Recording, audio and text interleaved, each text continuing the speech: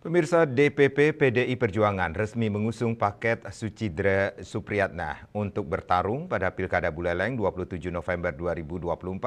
Atas rekomendasi itu, Ketua DPRD Buleleng sementara Gede Supriyatna pun siap mundur jika nantinya resmi ditetapkan sebagai bakal calon wakil bupati oleh KPU Kabupaten Buleleng.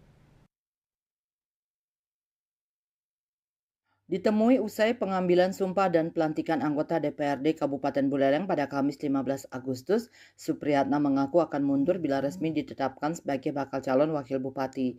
Pasalnya, penetapan bakal calon bupati wakil bupati akan dilakukan pada akhir September 2024 oleh KPU Kabupaten Buleleng.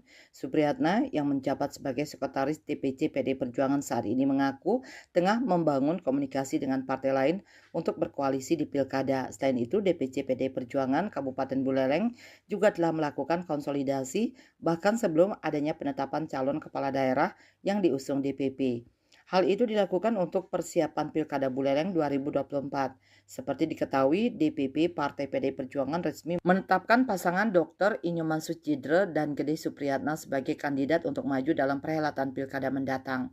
Penetapan ini dituangkan langsung dalam surat keputusan DPP PDI Perjuangan nomor 5601-IN-DPP-8 Romawi garing 2024 Rabu 14 Agustus 2024. Bali Post melaporkan.